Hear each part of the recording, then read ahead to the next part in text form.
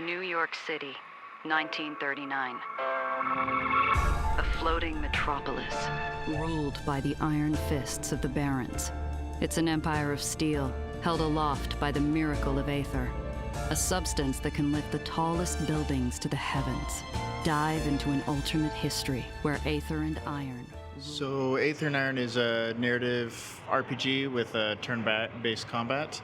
You play the role of a smuggler in this alt history New York City where instead of sprawling outwards with the anti-gravitational technology of Aether, it went upwards. So it's a bunch of scattered islands controlled by different crime bosses, barons, each vying for power. You play the role of Gia as you explore the underbelly of the city and get kind of pulled into this big saving the city situation, essentially. You get to meet a bunch of characters along the way. All of them have very diverse and in-depth backstories and just ways to engage with them. Nellie, for example, is probably my favorite. Just big talker, but yeah, just want to tell the story of people, their lives in this alt history, New York City. So the gameplay will be about 20 hours. There's a lot of dialogue that you can go through. Like you said, if you want to find out more, you can. You just have to explore a bit. You're not forced to go through all the information that we have, which is quite a bit. But if you want to, there's quite a bit to explore, and a lot of it is tied to actual New York history, the characters, the locations. So the way we wanted to tell the story is if you come across something, dialogue, in the dialogue menu, you can go back and scroll up and read the dialogue that you went through. We also have you can go through into the game and I forget the name of it. But you can basically, every character that you find, every location, it unlocks, and you can go back to it and just read about it or go into more information about how it ties into actual history or what was the inspiration for it. Codex. Oh. Codex. So the dice are always fun. We always enjoy rolling dice because it's playing around with chance. I mean, you succeeded most of your rolls until you hit a point and just no more after that. So as you level up Gia, it affects your dialogue, and depending on what you put your points into, you will have better chances at succeeding in those dialogue options. Some that may be extremely difficult later on, maybe more aggressive or maybe a little more sly. Those will become easier depending on where you put your points. There are multiple ways that you can deal with a dialogue situation. Some of them you can't quite anticipate and plan for in advance unless it's your second time playing through. But yeah, just giving the player the option on how do you want to take Gia, who is an existing character, and modify the way she deals with the world. In Aether and Iron, it is vehicle combat.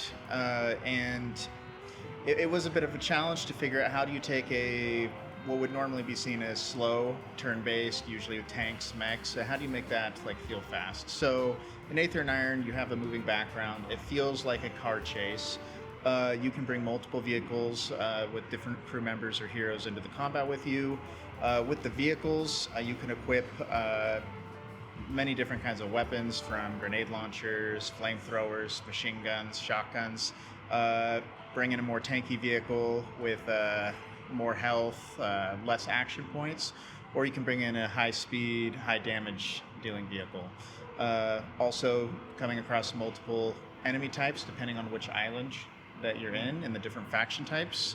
We have a bunch of beautiful cars and of those enemy types, as well as the boss fights as well. So you can choose to go through the primary storyline if you want. There are going to be additional side quests that you can encounter along the way. You do not have to complete them. Depending on the different locations that you go to on the island, different characters that you encounter, you will get these side quests that will affect the leveling up or provide you with a new vehicle or some new weapons or some smuggled goods to deliver to another location. But yeah, the more you explore, you'll stumble across some things. We have about 250,000 words, and it's going to be fully voiced.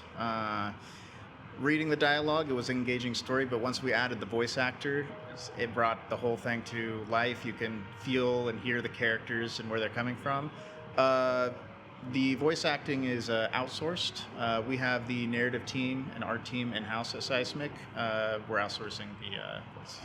So we started the concept art like back when the idea was initiated, and we spent a lot of time just going through different concept art and ideas like, how does the city look? What is the feeling that we want to give to a player that sees this? And we wanted to have an art style and a theme where you look at it and you're just like, I want to know more. I want to understand this world. I want to see more about what it's about. And when we launched the trailer, one of the comments phrased it as a deco-punk, which we're just like, oh, why didn't we think about that? That makes so much sense, but I'd say deco-punk.